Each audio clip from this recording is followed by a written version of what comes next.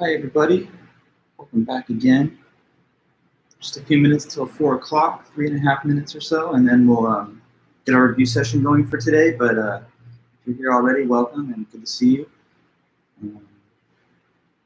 Yeah, so we'll be ready to go in a moment.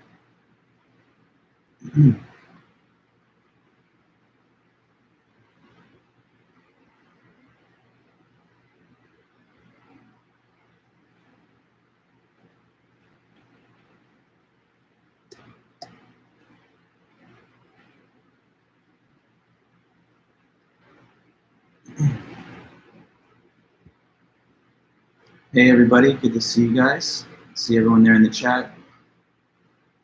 Hope you're all doing well. Eduardo, Rose, Megan, Adriana, Joshua, Nee, Gennaro. Nice.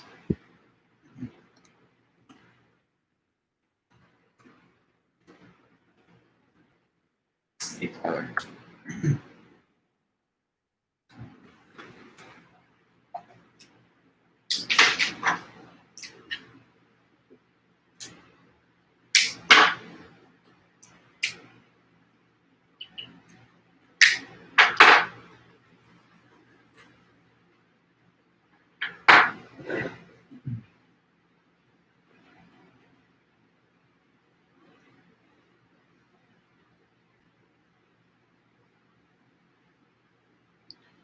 I mean, Eddie Van Halen, classic guitar player, in the American hard rock style.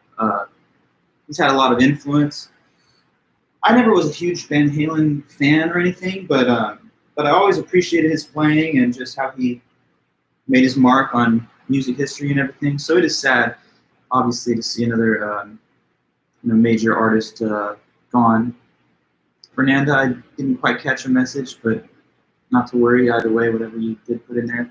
Yeah, so I mean, anyone who plays guitar and likes rock music has definitely heard some stuff by Van Halen. But it was never my first musical selection, I guess, just kind of the 80s style rock. But you have to respect Van Halen. He was only 65, so I mean, relatively young, I guess. That's another reason it's pretty sad. Okay, we got another minute, so good to see everybody. And just hang in there, and we'll get started right at the top of the hour.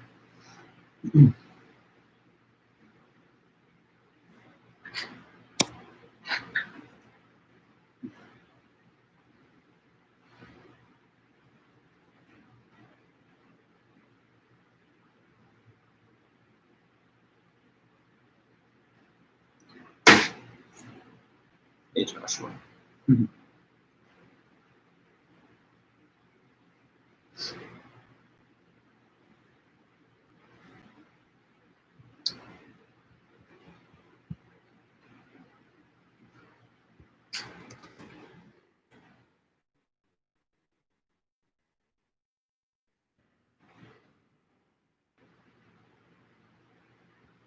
Okay, just a minute, guys.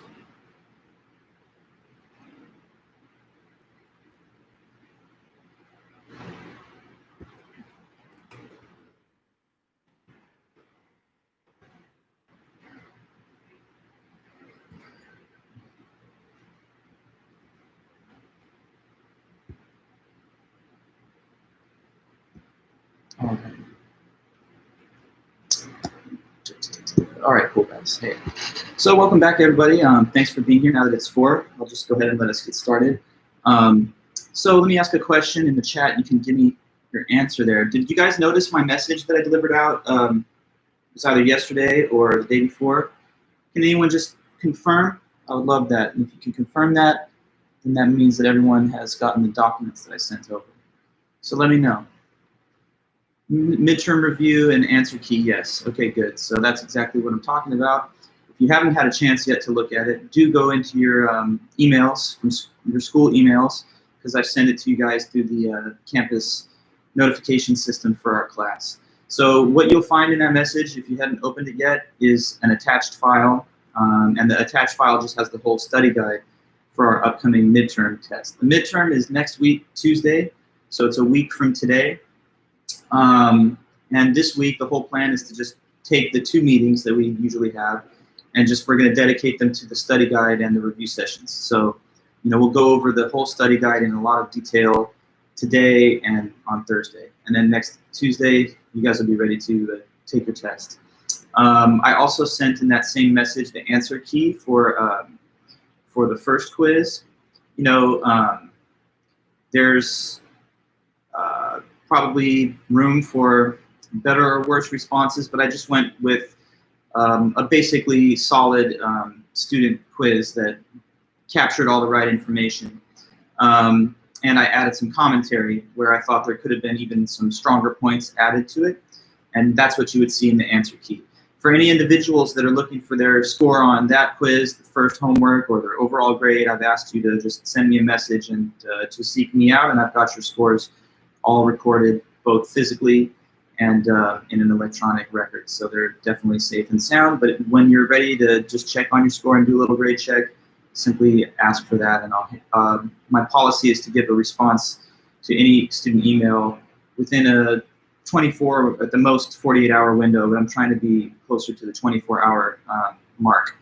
So if you have emailed me, I've given you a response within 24 hours. There might be a couple of people that got to me yesterday at like 4 or something, and that I'm just about to respond to as soon as this class is over. But anyway, just reminding you, just check in with me when you're looking for your grades on any of the assignments or comments on anything, and we're just going to continue from there. So looking at this study guide, let's just dive right in. So when we took the first quiz a couple weeks back, we were using a study guide also, or we at least had a review session. And the review session covered most all of the points listed in this review guide from Chapter 1 and Chapter 8. So even though we're still going to talk about those things again, I think maybe we should begin with a review of the other 2 chapters first. And there were a couple of leftover pieces of terminology at the end of this study guide that I don't think I got quite the chance to go over last time. So let me ask you, did we talk about all of the cognitive and perceptual errors that you see listed there? Okay, so like for example, here's something I'm going to do, a little bit of a different look. For you guys, I'm going to put inside of this chat a link for a Zoom meeting, and I'm going to run this dual platform for a bit. Okay, so I'm going to have the YouTube Live continuing to roll, and then that'll be your ability to go back and look at the archived recording for later. But so that we can all look at the study guide together, I'm going to have a Zoom link here, and then you can click the Zoom link, switch over to that, and then we'll all have a common screen that we can refer to. Okay, so really fast here.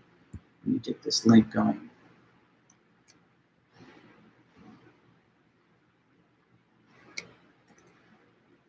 All right, so here in the chat, you see this link. So I'm going to go ahead and I'm going to open that link up, and I'm going to continue running this recording on YouTube Live so that we have an easy access to both. So go to the Zoom meeting right now, okay? If you don't, or if you can't for some reason, that is fine, because either platform is going to be the same information. I'm just pulling up Zoom so that we can share screen, okay? So go to the Zoom meeting, click the link. And just takes me 1 second to get it started. Okay, so here I am. Hi guys. And I can see that we've got about 20 of us here. So I'm pulling up the chat sidebar here. Let me share my screen really fast. Okay, so hopefully you guys all see this screen share function, right? I'm going to just pull the chat bubble up here. Somebody just type something away in the chat so that I can tell that we are all on the same page and you guys can see and hear me. Just any message at all. Okay, great. Thanks, Julian. Thanks. Perfect. Okay, I see. And you guys can see yourselves, right? You can see this screen and everything's working fine. If that's so, let me just, great. Okay. So I'm going to pull up this text of the study guide. Sorry, 1 second.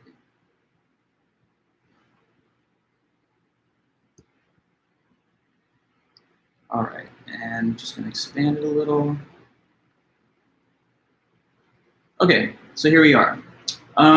Quickly, I just wanted to go over a couple of these items here at the end because some of those might not have made the cut in the Thursday meeting last week.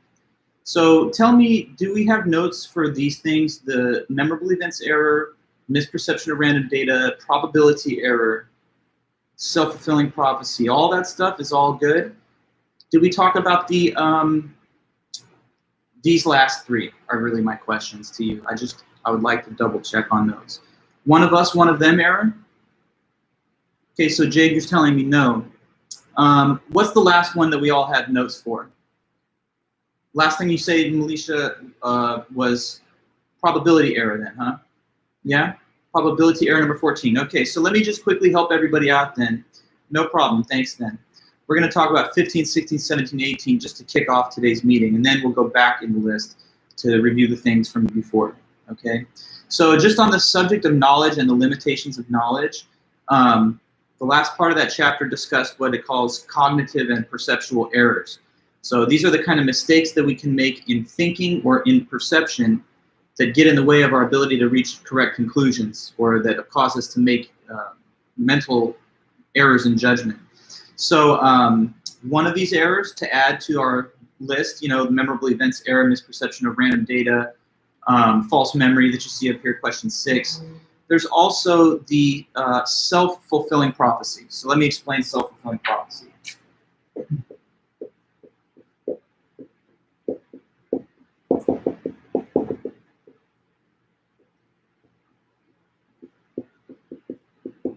Okay, so self-fulfilling prophecy is just when you expect something to happen, and because you expect that thing to happen, you end up doing certain things, whether consciously or subconsciously, to cause it to happen. So basically, it's when your expectation of an event ends up causing the event to happen somehow. Okay, so when your expectation of an event ends up causing the event to happen.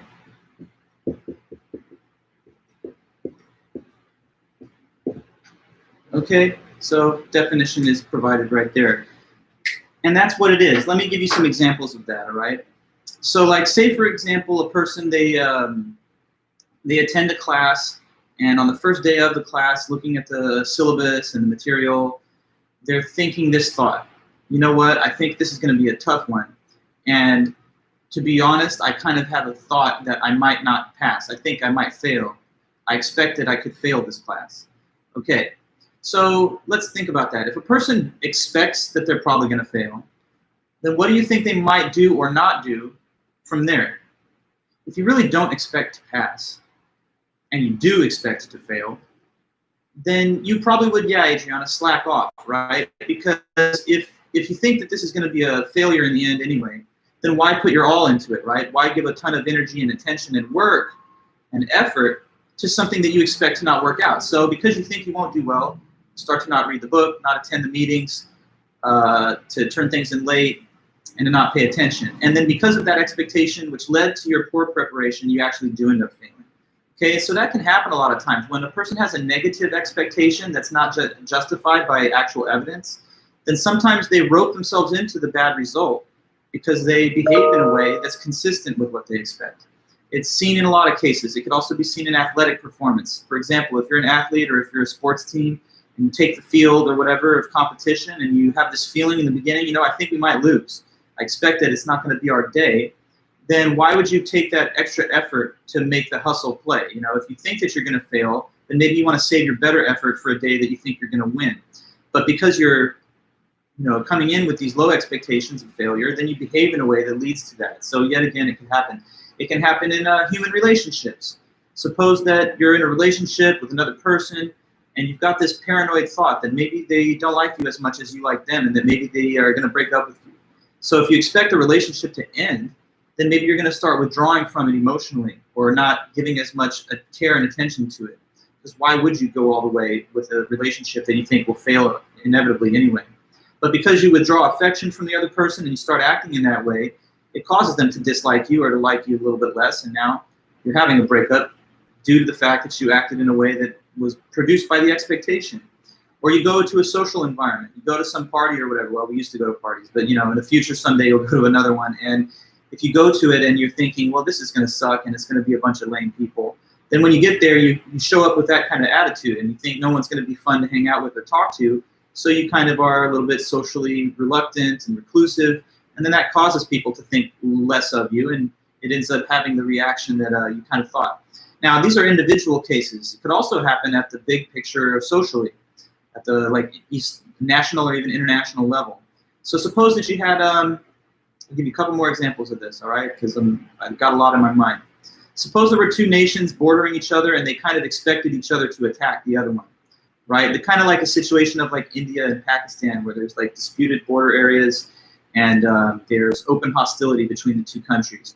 So if two countries are expecting the other one to attack them, then what would they do? Well, if you expect that that could happen, then you're going to start to mobilize for the possibility of an attack.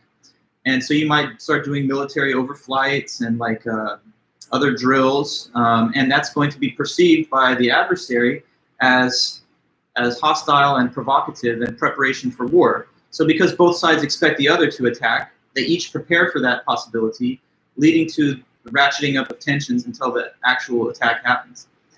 Or maybe let's talk about financial collapse, like economic depression.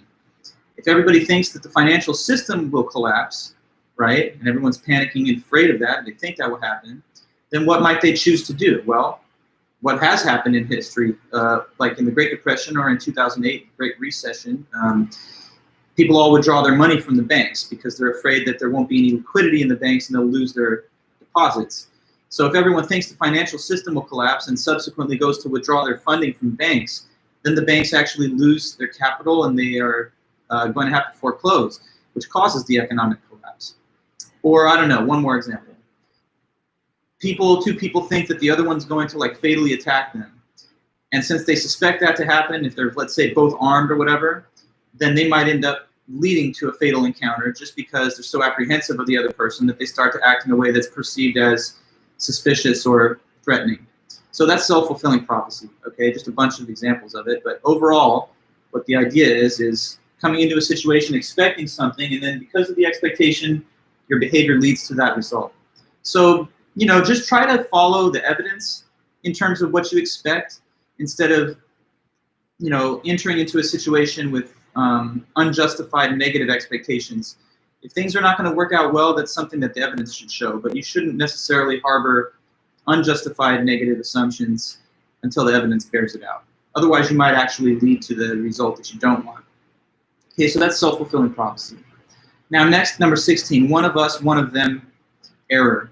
These last three belong to a category or to a topic in the book which is all about social error, special, I guess, subclass of cognitive and perceptual errors. So these are errors in judgment or perception, but they only happen when we're in social groups, not just by ourselves. So one of us, one of them error. Let me explain that.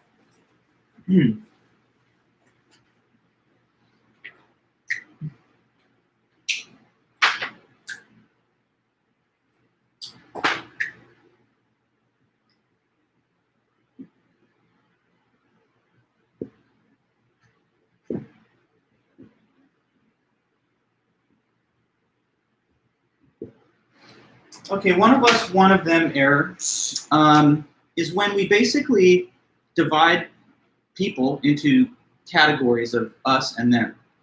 And then we show less respect for the people that we classify as quote unquote them. Okay, so when we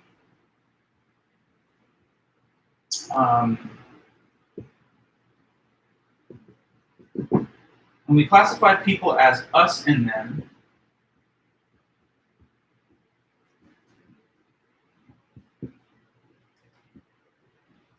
and then show less respect, less consideration to quote unquote them.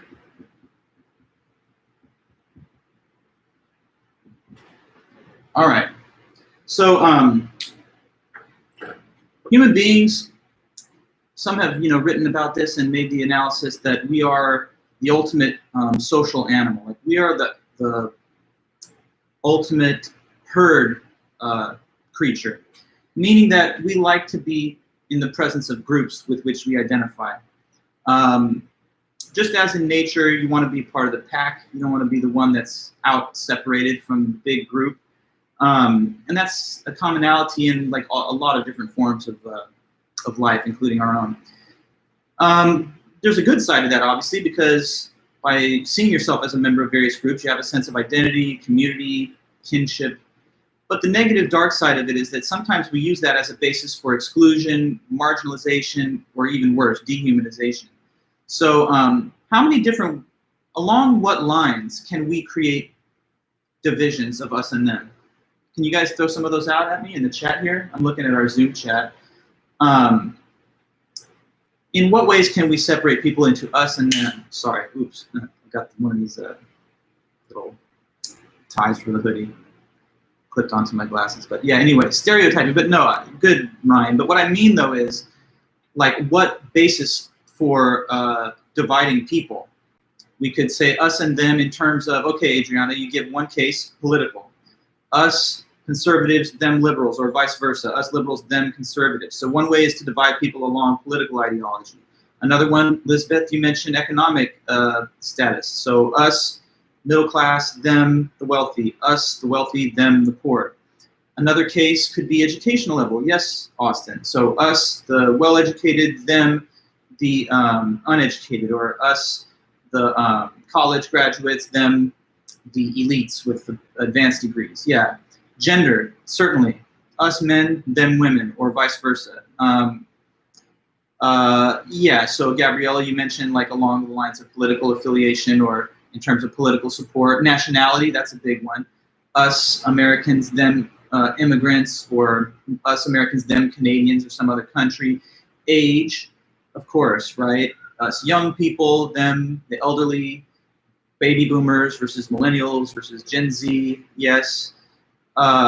Disability status, exactly. And of course, race, right? White, black, Asian, Hispanic. Religion is another one we didn't mention, right? Christian, Jew, Muslim. So we identify as members of various groups, which can bring us into a sense of community, and that's a great thing. Nothing wrong with that. The problem is when we use this group identity that we've established to marginalize, disrespect people of other groups. Now, the thing is, this is not a unanimous sort of monochromatic world or society that we live in. It's not like everybody looks the same, believes the same things, has the same educational, socioeconomic attainment or anything else. There's a lot of diversity, and that's not a problem. I believe that we've all grown up in a world where we've benefited from, advances towards more full equality. So we shouldn't fall back on, negative, harsh stereotypes that are unfair at people of other groups. We have to live together. There's billions and billions of human beings on this planet. You're just one of them. And we all have to, form a world and a society where we can flourish together. Otherwise, it becomes a war of all against all. So, yes, take pride in whatever groups that you are a member of, but have solid respect for the contributions, value, integrity, morality of people of other groups. You cut yourself off from people that are not like you, and it's going to be pretty lonely in life because it's an increasingly diverse world and it's not going to change. So, just be well advised on the one of us, one another. Next up is number 17, okay, and that's asking you about, well, what's diffusion of responsibility? Who's Kitty Genovese? So another one of these social errors, as the book calls them, is this idea of diffusion of responsibility. So let me give you notes about that.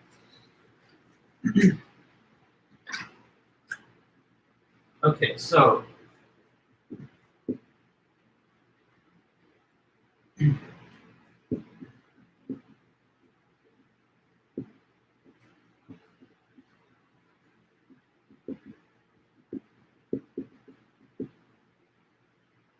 diffusion of responsibility. So this is seen when a person's in a group setting And within a group setting, sometimes nobody has any individual initiative to take an action, even if it would be important or vital for somebody to do that. So basically, in a group setting, no individual feels personally responsible to act, and therefore no action gets taken at all. Okay, so in a group setting,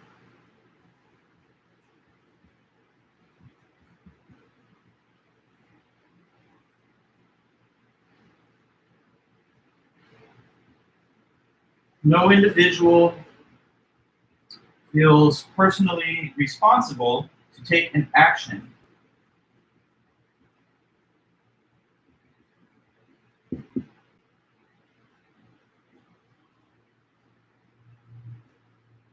So, because of that, no action is taken at all.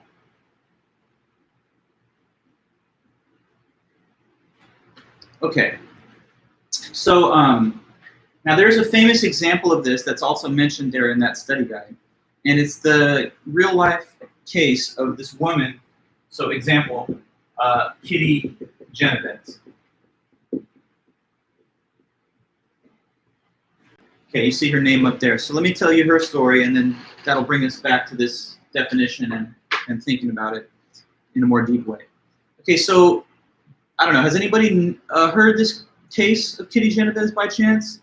It's one of those kind of textbook examples that's often used in psychology courses of like the bystander effect. Maybe someone has heard of it. If so, I'd love to know that.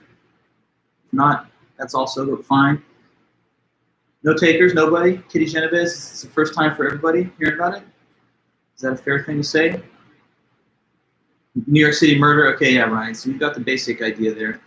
Let me expand on it, what the student has said here. Okay, so it's 1970s, it's New York, it's Manhattan, New York. So one of the biggest, busiest metropolis in the world. Okay, so Kitty Genovese was just a normal citizen that was living there in an apartment building in a high-rise complex in Manhattan. And because of the nature of that type of building, she had a lot of neighbors in close quarters to her that could, how when you live in an apartment, sometimes you can hear the noise through the walls of things your neighbors are doing. Okay, so one night, tragic, she was being attacked by an intruder. And this is like a homicide. So she's screaming for help, screaming and crying for anybody that could hear her to come do something.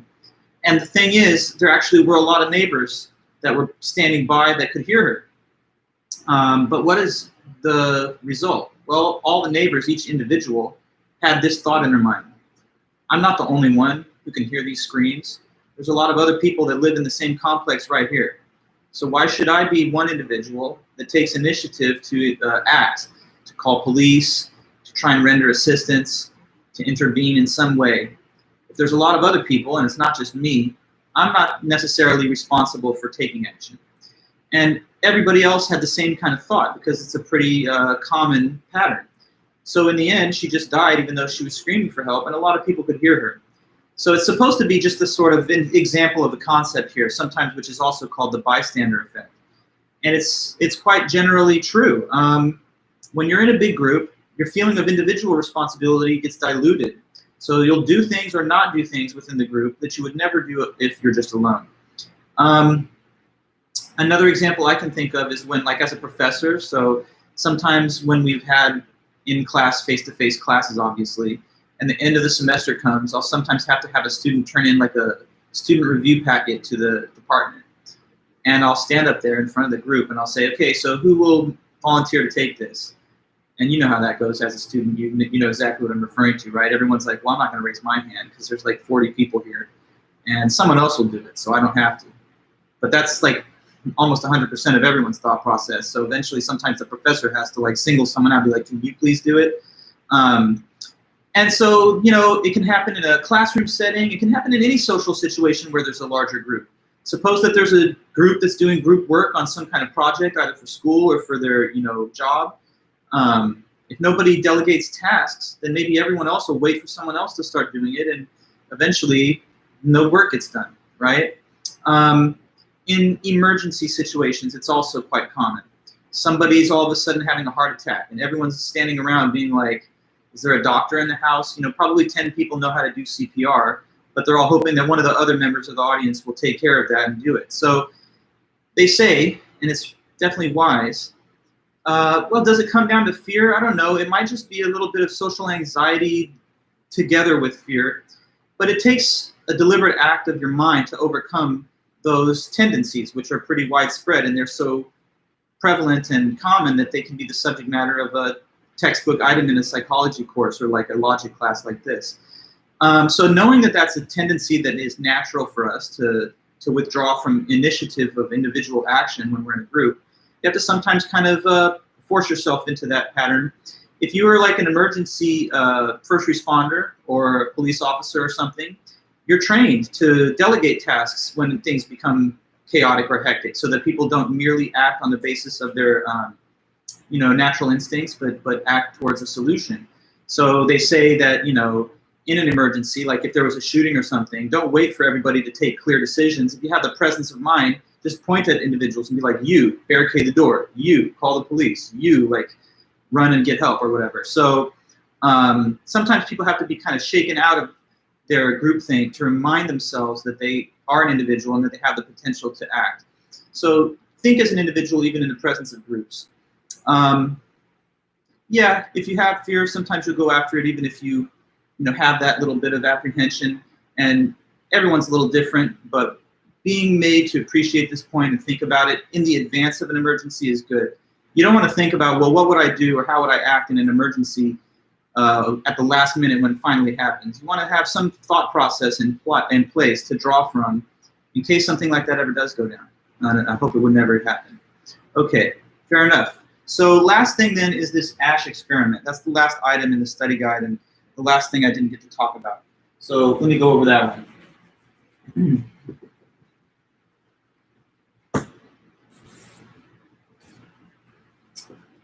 Okay, so what you see on the bottom of the list is a question about the ASH experiment. So as you all remember, right, we've talked about two famous social psychology experiments to this point in our class. We talked about the Milgram study, which was the electroshock obedience experiment.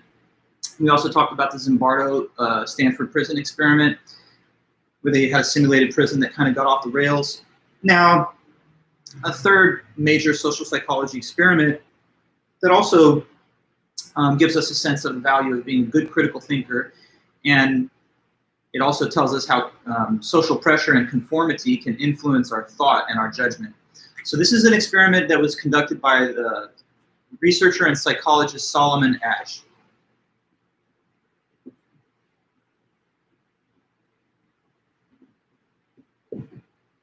Okay, so the Asch experiments was a study to see how conformity and group pressure would affect a person's judgment and even their perception.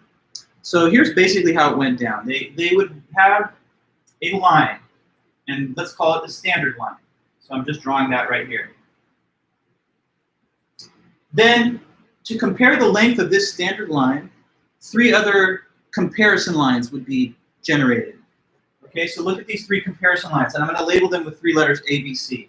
So here's comparison line A. Here's comparison line B. And then here is comparison line C. Standard line, comparison lines. Now, if you are the one being asked this question, simple question, just tell me, which of these 3 lines matches the length of the standard line? And your options are A, B, or C. So let me hear in the chat what you think. If it was being asked to you, what would you tell me? Okay, C. And that seems to be 100%. Okay, and I was not supposed to be like, this isn't supposed to be hard at all. Like, this is clearly too short to match the length. That's definitely too long. And look, I mean, I'm not perfect with my calligraphy or whatever, but that's basically the one. So it is C, you're correct. But here's the way this experiment worked. So they would recruit subjects to the study, and it would look like there were 6 subjects participating in the study. But actually, the way it worked was that 5 of those 6 had already been coached before the experiment to give a certain answer when they were asked this question. So like in a secret debriefing with the 5 confederates of the researcher, they would say, okay, we want, when you're asked this question, we want you to just say totally confidently, like there could be nothing more obvious, a wrong answer. And we want all of you guys to give unanimously the same wrong answer, okay? And then the real question is, how is that going to affect the judgment of the last person who does not know that you guys are cooperating with the researcher, right? So they were really sort of trying to look at the reaction of the last person in the series. After 5 people all unanimously say, like, so here's how it would go in this case. And your question, is it to prove how people see conformity? Yes, it is. So like in the Ash experiment, you'd come to subject 1. They ask them, well, which one matches the length of the standard line? And they say, oh, that's easy, it's letter B. Next person, and what do you say? B. Third person, oh, it's B. Fourth person, B. Fifth person, yeah, it's B. Now they get to the 6th person who's just going on their own judgment, right?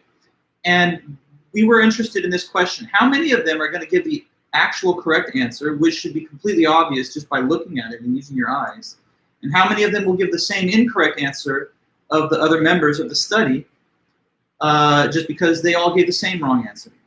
And what actually happened is that like 3/4, about 75% of the subjects gave the wrong answer after they heard the report of the other 5. Now, if they were alone and they were asked to give this answer when no one else was there, it's like 100% give the correct answer because it's just so obvious visually to see that.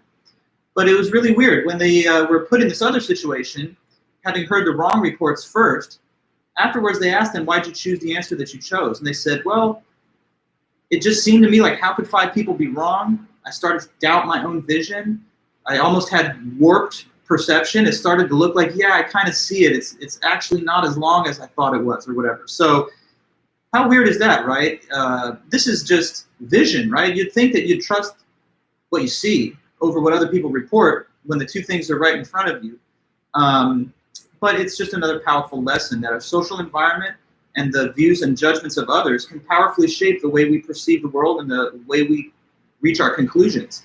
So if this can happen in this silly line segment vision test thing, how much more easily could it happen in a thing in real life where there's much higher stakes? Like say you were put on a jury, and you may someday or already have been.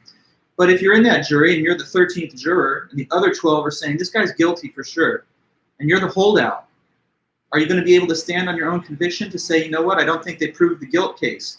Or are you going to be more like the 6th subject in the study and saying, well, how could the 12 other jurors have a wrong idea here? So, you know, once again, be aware that social influences can warp and distort the way you perceive things. So you owe it to yourself to maintain your independence of judgment in the face of the social environment that you're in. And so that's the Ash experiment. It was an experiment about these lines. You'd explain the experimental design and then the results and what it showed us about the tendency of human beings to seek conformity, okay? So that's me helping you guys out with the last few items on the list that we didn't get to cover as we were here on Thursday of last week. But now I guess we can go back in time. And we've got the whole remainder of today, which gives us still like 40 minutes. And then we also have the whole Thursday meeting. So overall, we still have about like 2 hours to cover all the material, which is more than enough time. So I want us to start back at the beginning then. And let's just take a quick look at these questions, starting with the first question of chapter 8. So let's go back and ask. And if you can tell me the answer, just put it in the chat. What is a good or a bad critical thinker? Let's know. Start with good. What's a good critical thinker? Anybody who can tell me that, let's see it here in our chat. So yes, I'm looking at our Zoom chat. Let me just double check something, guys. Remove this bar. Can I do that? Is it easy to do that? Okay, sorry. Cool, so we're all using the Zoom chat now. So yeah, here we go. What then is a good critical thinker? You're telling me a good critical thinker, a person that will not believe a claim unless it's based on a good argument or evidence. That's right. And they're also the kind of person who, when they make claims to other people, they are always sure to provide good arguments or evidence to defend those claims. Okay, good. Let me just go back to, yeah, so this is fine. All right, good. Expresses his or her feelings and thoughts and listens to others. That's also an element of it. The main thing is the skill in presenting arguments to defend your beliefs and the ability to judge a claim and only believe it if it's based on good evidence or arguments, but not otherwise. A bad critical thinker is just sort of the flip side of that. It would be a person who will believe claims that are not based on good evidence or argument, and when making claims to others, does not produce good evidence or arguments to back them up. So they'll believe what they're told, or oftentimes what they hope is true, regardless of the state of the evidence. So yes, that's all exactly good. So moving to the next question on the list. Sorry, I gotta kind of mess with these features of the screen at times. This is probably best. Okay. Next question. What is an argument? What is an argument, technically speaking? In the formal sense of the idea, not like in the everyday way that a lot of people talk about it. Let's see who can tell me that.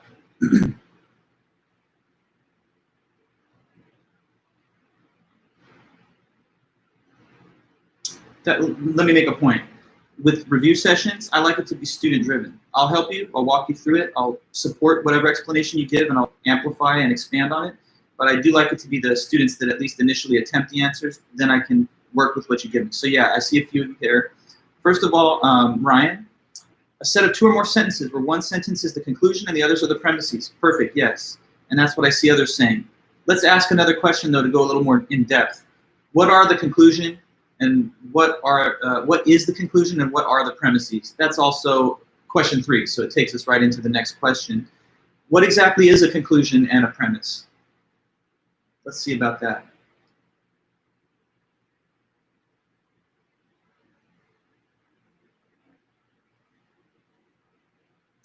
So it's a set of 2 or more, greater than or equal to 2, because there's at least one premise and there's always one conclusion, and here you're saying me. The conclusion is the claim, right? Well, the claim that you're trying to prove, that would be a little more detailed, right? The claim that you're trying to prove to be true. And the premises are the reasonings to the claim. Well, one way to say it is that they're the reasons, the evidence that is supposed to support or back the claim. Okay. And that's what I guess you're saying too, Pearl. Conclusion is the main claim. Premises are the sentences that support the claim. Exactly. Okay. So, for example, is this an argument? Let me think here. America has the strongest military. Is that an argument? No, it's not. Good. I mean, it's true, but it's not an argument just by itself, because there have to be reasons given to defend or support the conclusion. And you could give reasons. You could say, well, because we have the largest annual budget, because we have the most advanced weapons systems. You know, there's a lot of things you could say, and then you add therefore. You know, we have the most powerful military. But just one statement, even if it's true, it's not an argument unless there's some type of attempt to provide reasons in favor of it. Yeah, so in case I asked the question, what are the parts of an argument? You cannot just say conclusion and premises. You have to say what those things mean. You have to say what a conclusion is and what a premise is. So yeah, go in depth, because you're trying to reach for maximum points. Therefore, you should always give maximum answers. I always tell every student that all the time. Never approach a question with the attitude, what's the minimum I can say to get the points? Try to write more than necessary. Try to just blow it out of the water and just go off. Like when a professor asks you a question, leave no room at all for doubt. Just be thorough, comprehensive. I mean, that's how I always operated, and I think that's just the best way. You know, the professor can't dispute the awarding of points if you leave no room for doubt. Is the midterm all short answers? Well, they're written answers. Yes, Melisha. I hesitate to say short because, you know, sometimes people hear the word short and they're like, so one sentence, is that okay? I don't want you to limit yourself to any specific length, but it doesn't need to be like a page of writing. Nonetheless, be as thorough as you possibly can be. Give the most detailed and thorough answers as you can. Some of them are more or less, so it's a matter of the example or the question itself. But yeah, it's all short answers in the sense that you're not filling in bubbles. You're going to write out written answers. Okay, so we've talked about what the parts of an argument are. We're moving to question 4, if we're all still following this list. What is the definition of truth? Okay, so the whole point of examining these arguments and producing arguments is to that a claim is true. But what does the word true even mean? So for a sentence to be true, Ryan, you've said truth is when what a sentence says matches the facts of reality. Yes, exactly, guys. That's correct. Tell me something true. Write something that's true. Let's see what you come up with. There's a lot of true things. I'm wearing a black jacket. Is it a jacket, though? I mean, it's a hoodie. But yeah, you could call it a jacket, I suppose. But I mean, you see the hood. Like, if I was wearing a jacket, I would think of it more as like, it's a zip up, right? But anyway, that's a bit of bickering over the detail. But anyway, yeah. Pit bulls are dogs. Pit bulls are dogs. That's a fact. I'm wearing glasses. Oh, that was true. No, just kidding. Yeah, that's true. I'm wearing glasses. How about something that's not having to do with me or you? Something about the world. Pit bulls or dogs is kind of along the right lines, Ryan, but maybe something that's not so like definitional. We're in a pandemic right now. Okay, true enough, we are. There are humans on Earth. Yes, there definitely are, including you and me. Good. The Earth is round. That's also true. Yeah. So just giving you guys a little bit of experience going over some examples of true propositions. Everything is temporary. Well, is time itself temporary? I mean, that's kind of a tough one. But they do say there was the Big Bang, and if that's true, then I guess time and space. It's a mind-boggling thing to ponder. But I guess that would mean that the universe has not always existed, and therefore I guess everything might be temporary because it hasn't always been there. As a professor of philosophy, I always try to think of a counterexample to any general claim that says all. So if you say everything's temporary, I'm trying to think of one thing that is permanent. But fair enough, it's kind of hard to think of it. They say matter cannot be destroyed, though. Like, what about the actual atoms that form everything? Nonetheless, those atoms must have erupted into existence at the time of the Big Bang, so creation out of nothing is a little bit hard to comprehend anyway. Okay, yeah, so truth, a sentence that mirrors what's happening, exactly. All right, guys, that's all great. Now, but everything is temporary is a little bit, it's deep, it's weird. It's like, we gotta like think about that one for a minute. But if I just say there's pyramids in Egypt, I mean, that's just easy enough. Okay, but maybe they're temporary too. They've lasted a long time though. Okay, so next up, what is a belief? What is a belief? That's another question. Tell me, what is it to have a belief? Well, let's not use the word in the definition, right? Because if you remember, that's one thing a definition shouldn't say, the word itself, which is circular. So, but yes, basically, belief is when a person thinks that a sentence is true. When they have the attitude towards the sentence that they agree with what it says, that they think it's real or factual. So when you think something's true, that means you believe whatever that statement is. If you, like, I don't know, think that that Trump's going to win, then that's what you believe. If you think Biden's going to win, then that statement is what you think will end up being the fact. So whatever you think is the case or will be the case is what you believe. And a belief could turn out to be false, but you would just try our best, right? We don't want to have false beliefs because that means that we're getting things wrong. We're not accurately judging the facts. But good critical thinking is the best you can do to be a better judge of facts and getting to the truth. Okay, so next up, conclusion indicator words. There's a whole bunch of those. Let's see what are some of the greatest hits. Therefore, thus, hence, so. Yes, all of those are proper examples. It follows. Yes, that's another one. See if there's anything else in there. Not the term with that being said, Brandon, no. With that being said implies a contrast. Like if I say to you, I love sports, but with that being said, my favorite thing is the opera. Like that, it's to say something like that. The next statement is not a conclusion from the others. It's just an additional fact, and often it's a fact that is something in contrast to what was mentioned before. So not that one, but consequently works, ergo, yeah. So you got a grab bag of options there. Ergo, therefore, hence, thus, it follows, consequently, or just the word so. All right. Next up, premise indicator words. These words I'm asking about are words to indicate that you're looking at a premise in a logical argument. Okay, so because, since, given that, due to the fact that. Yeah, good. So because and since are probably the two most widely used. Because the sun is out, therefore my car is getting hot. Because my car is parked outside and since the sun is shining, therefore my ice cream has melted in the car.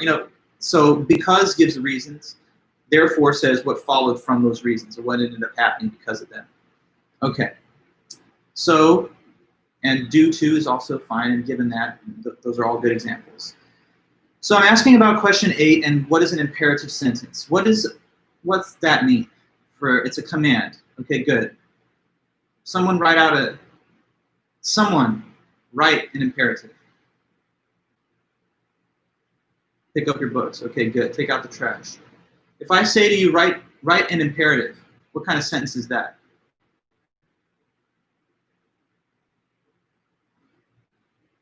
It is a command, and so the sentence that says write down an imperative right now is itself an imperative. Okay, so commands, orders, even you could call them sometimes demands. These are imperative statements, which are different from, okay, let's go down to the next, interrogatives. What's an interrogative? It's a question, exactly, yes. What kind of sentence is this? What is an interrogative?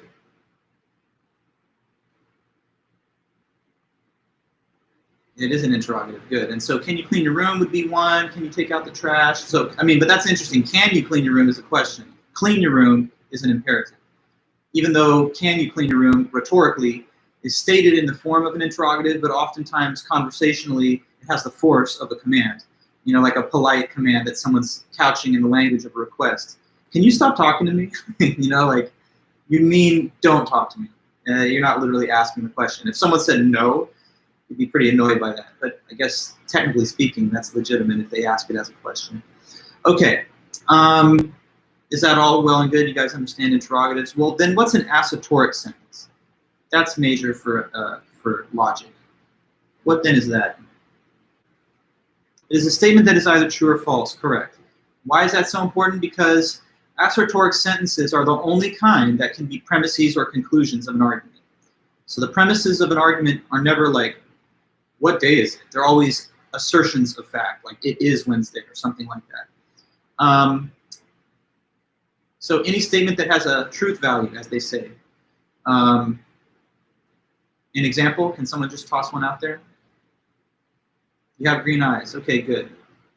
Is that true? Maybe it's true. I guess we can't see everybody, but okay, nice. Mine, I'm always confused what to say, green or hazel, but it's something like that in my own eyes. You can fly, okay, and that one's false. So good, those are both assertions.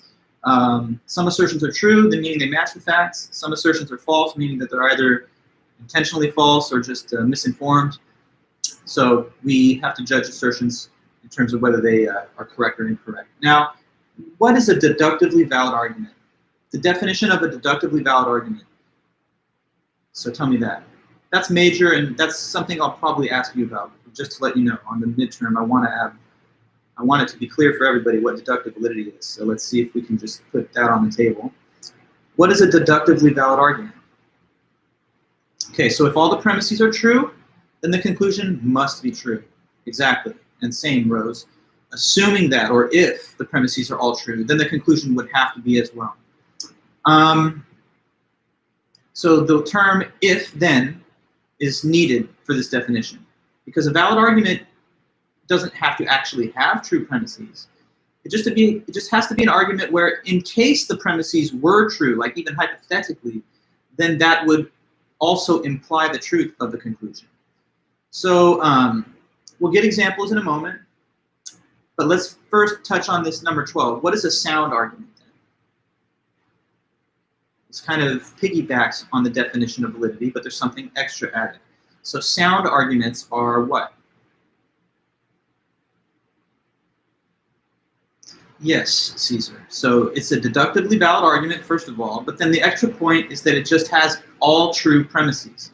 So it's a valid argument where all the premises are really facts, correct, actual, true facts. So now in question 13 and 14, we're going to show the difference between valid arguments that are not sound and, on the other hand, valid arguments that are sound. So let's give a case in number 13, a valid but not sound argument. Let me see what you can give me on that. An argument which is valid logically, but the premises are not factual. Or at least one premise is not factual. Some of them could be, but at least one has to be something that's not true. So let's see what you have. I'm still waiting.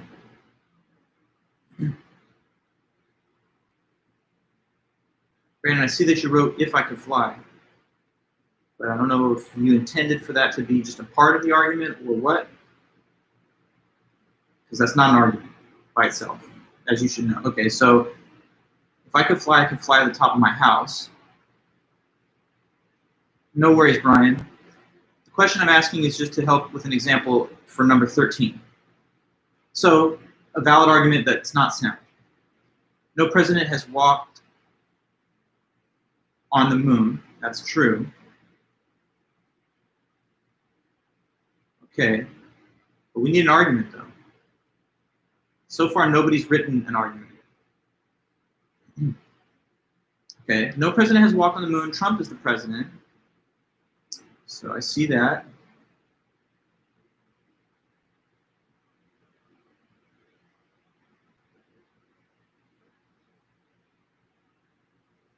I don't know until you tell me. Okay, so Trump has not walked on the moon.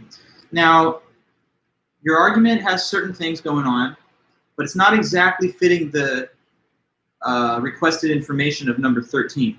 Who in this class could tell me what needs to be changed in this example, or what's wrong with the example, why it does not match number 13? Austin, you give every woman can cook. Ashley is a woman, therefore Ashley can cook.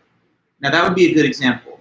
Gennaro, the problem with yours is that yes, it's valid, but your argument is sound. Gennaro, your argument is sound. The premises are true. Question 13 says, give an argument that is valid but not sound. That means that you have to make at least one premise false. So, and if then does not have to occur in the statement of a valid argument. It may, but it need not. So that's not the issue in it. If then is not a requirement of a valid argument. Jade, all humans can fly. Dr. Vulich is a human, and therefore Dr. Vulich can fly. That's another good example. Notice, okay, guys, that in the example provided by Austin and the example provided by Jade, there's a first premise that is false.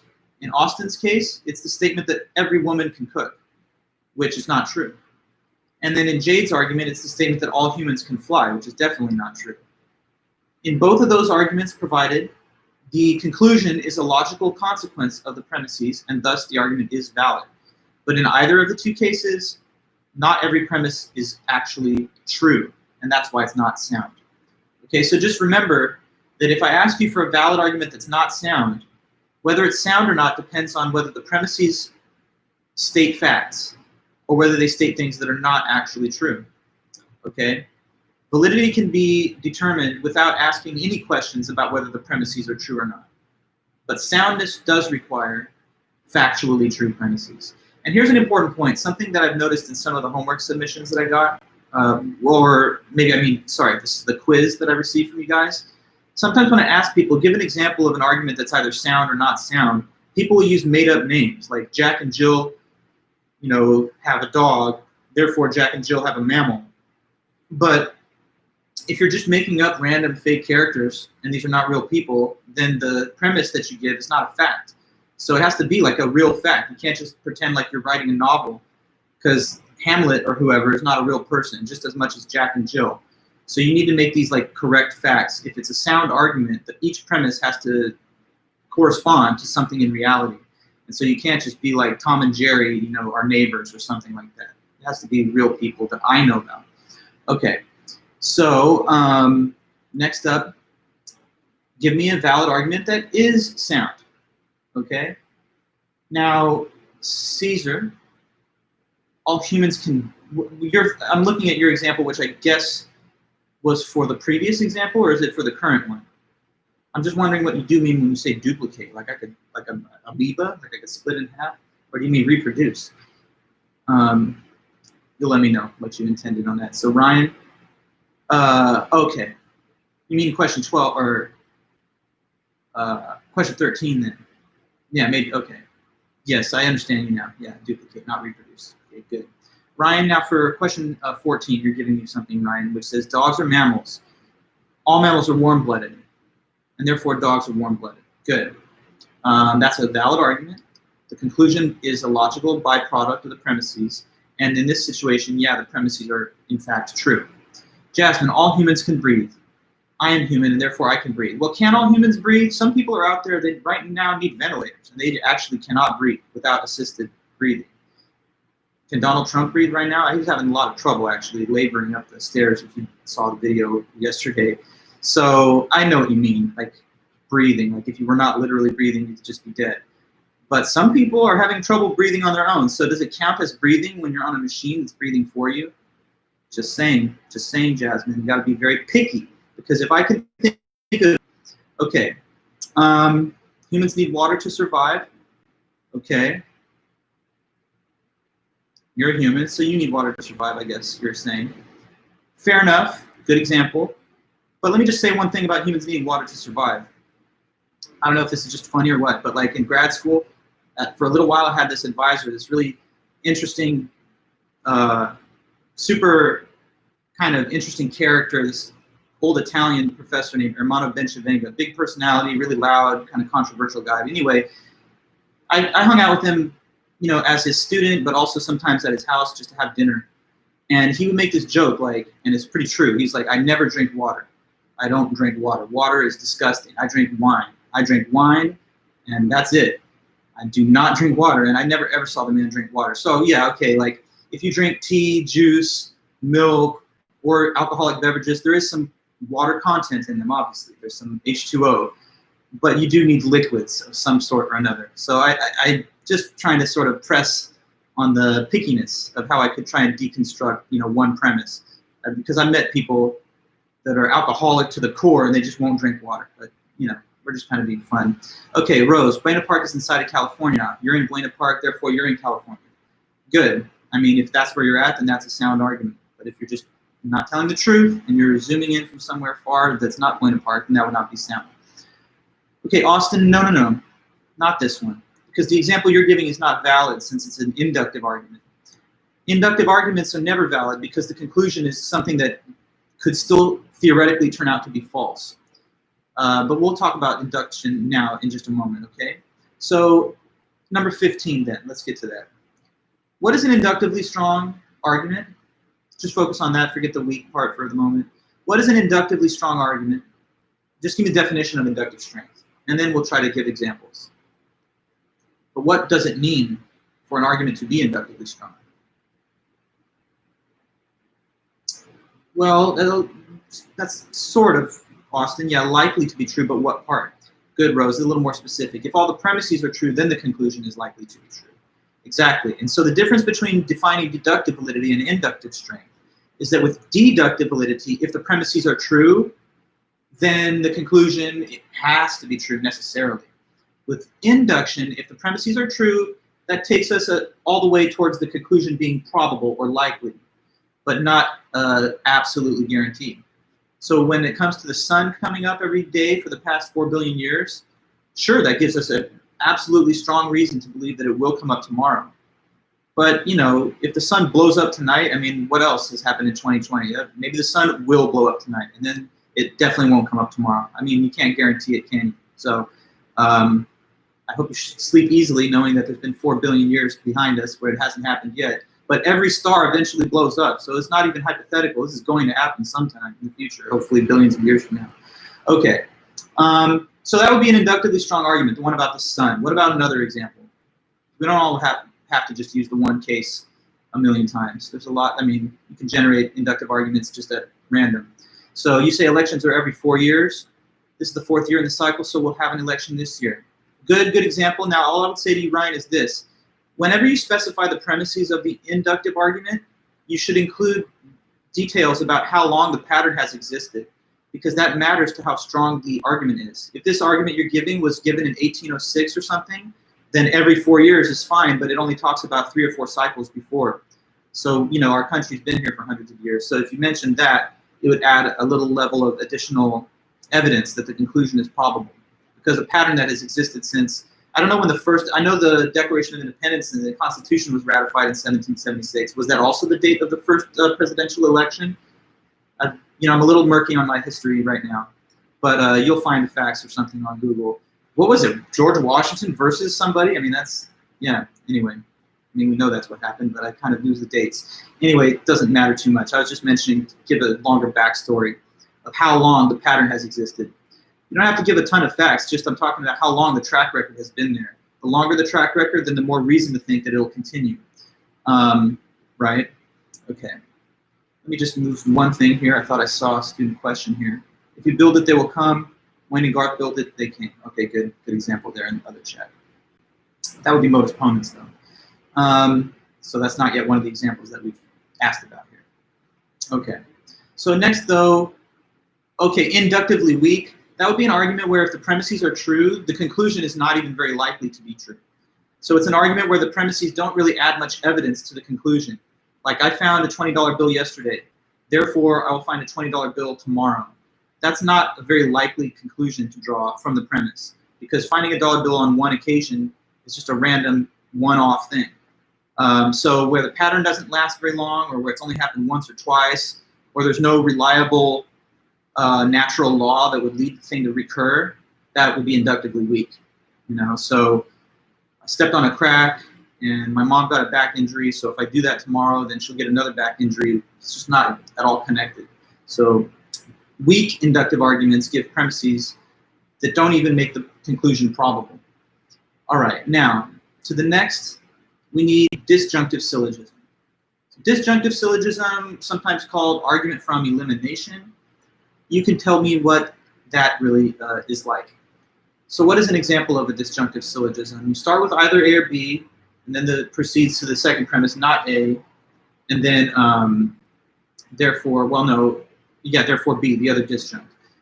But write an actual example rather than just the form.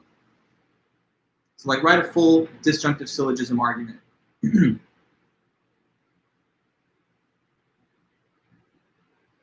That's the correct format, at least what Rose put there. Ryan, you just gave definition of disjunction, but a disjunctive syllogism is a full argument which uses the disjunction as its first premise. So how does the argument proceed in an actual case?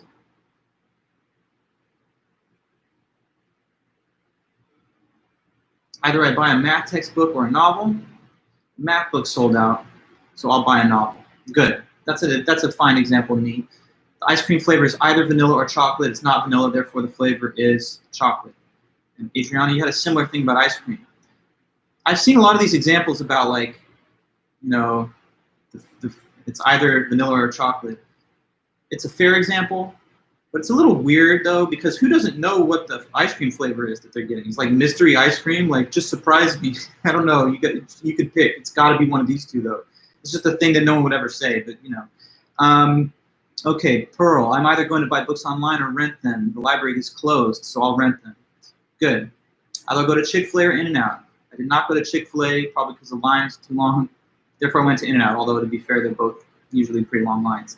I'll wear either Vans or Crocs. Sister's wearing my Vans, so I'll wear Crocs. Good. I'm hitting bicep or legs today, but I won't do the legs, so I will hit the biceps. All are good examples.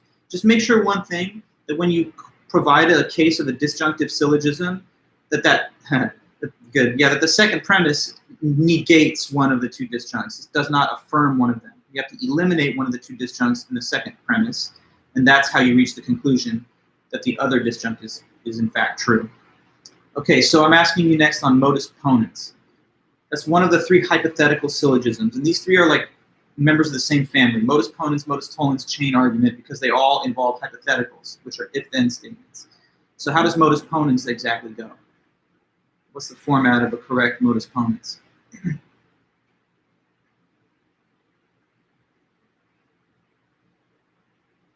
Just let's see it there in the chat. If A, then B, A, therefore B. Correct, yeah, but that's the form. How about one particular example that plugs in things for A and B?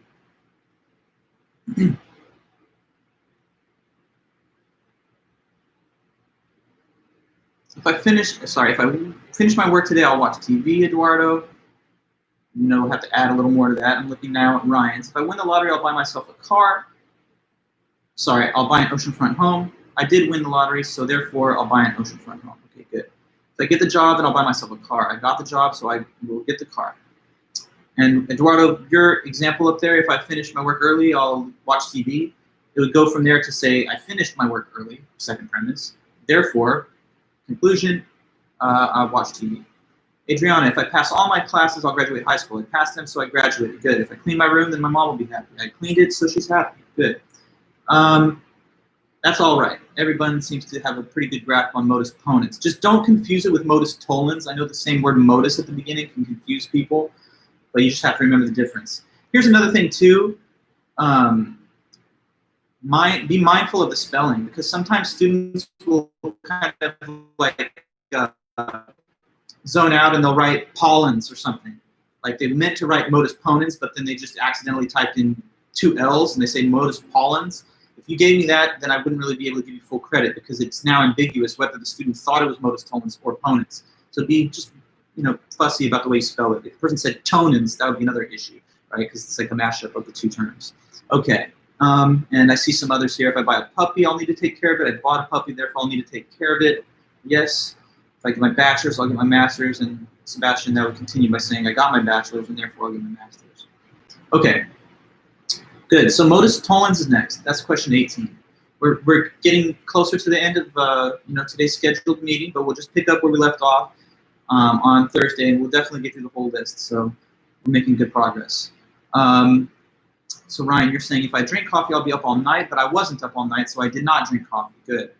Eden, if I go for a jog, then I'll sweat, but I didn't sweat, so I didn't go on a jog. Exactly. Yeah. These are the 2 good examples. What's the format? Maybe now someone can give me that for this question. The form of modus tollens. What form does it take? Just using like letters A's and B's and so on. If A, then B, not B. Ah, but your conclusion is wrong, right? There we go, Angela. If A, then B, not B, and so therefore not A. Good. The conclusion of the modus tollens is the denial, no problem yet, is the denial of the antecedent on the first premise. Okay, great. So the chain argument, how is the chain argument? Let's ask about the form, and then an example too. Form and example of chain argument.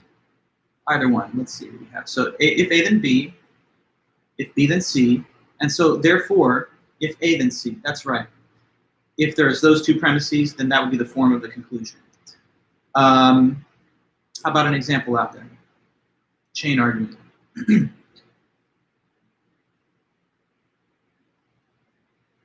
So there's always these 2 things when it comes to deductively valid forms of argument. There's just the logical form, which is abstract, and there's a particular example of it, which gives information in English. So you say here, if I pass this course, then I'll graduate college.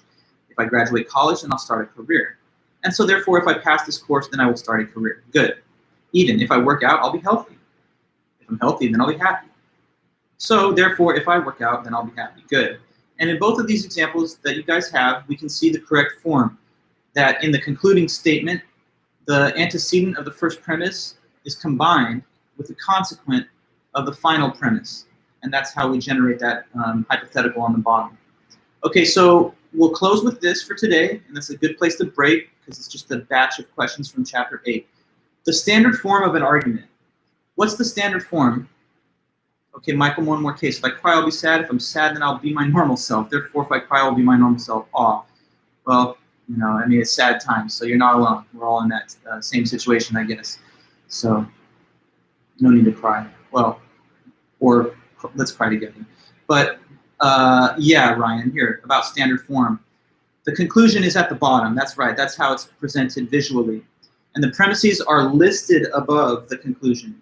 One more thing, though. There should be a horizontal line that separates the listed premises from the one conclusion below. And you can number the premises, too.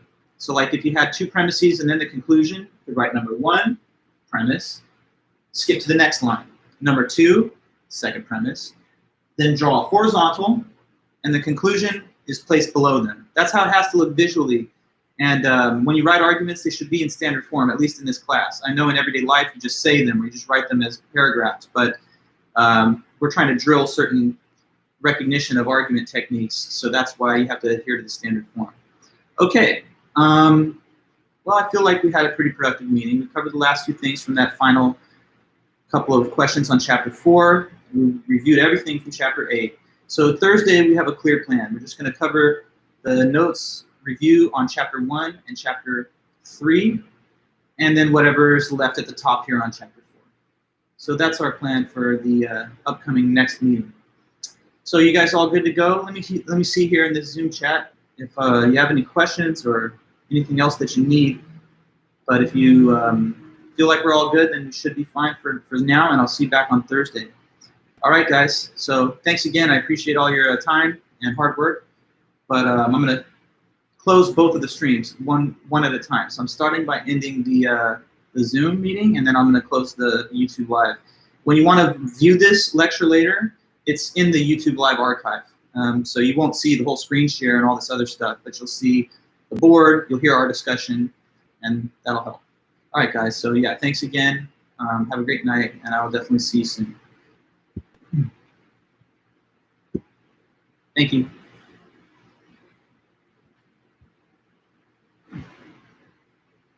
And bye-bye, guys. I'll see you YouTubers soon. Thank you.